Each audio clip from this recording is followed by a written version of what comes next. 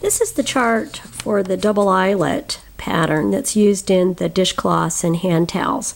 And if you haven't used a chart before, this is a fairly standard one. You have a title that identifies what it is. You have a grid, and it is labeled from right to left, 1 through 8, and from bottom to top with 12. And then there is a legend. Now, when you use a chart, keep in mind that it is kind of a snapshot of what that you're going to be doing in that particular pattern, because it's not going to chart out for most things the entire thing. It's going to give you a portion, which in knitting is called a multiple. So it's going to take 3 of these to repeating this chart 3 times to get the pattern on the cloth. Actually, it's 3.5 times. We'll see in a sec. Now, the legend is going to describe what to do for each one of the grids. Notice that on this one, it is knit on the right side, purl on the wrong side. We're knitting flat. And when you knit flat, work flat, you start from the right and go to the left, and then you turn your work, and then you follow the chart from this direction. Right to left, left to right, right to left, left to right, and it's going to describe what to do. Now, each little grid represents a stitch. So here I've got a knit 2 together.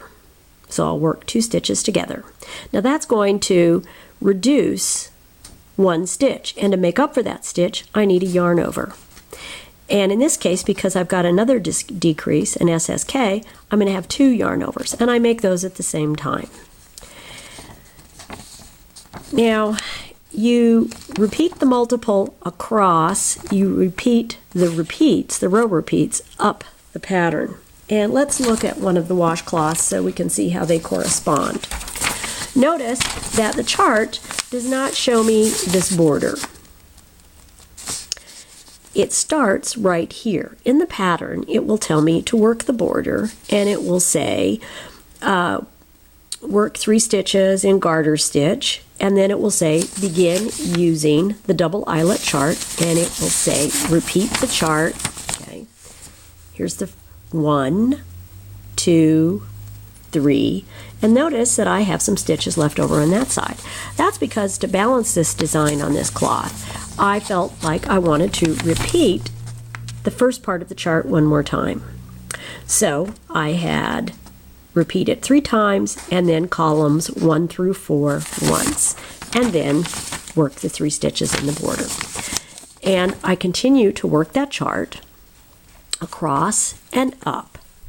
And so the pattern would say, repeat the chart 3.5 times across, and 1, 2, 3, and then notice, oops, 3, forgot you couldn't see this, I have some extra rows. My chart ends right there, but that would not be balanced on this particular piece. So it will say repeat rows 1 through 4.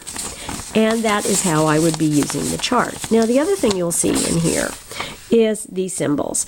If you've not done an SSK or a knit 2 together, in the pattern basics section of the magazine, it will describe how to do these, and there'll also be a video for it. But because I want to show you how to work this stitch pattern, I'm going to have another video where I demonstrate how to perform that activity.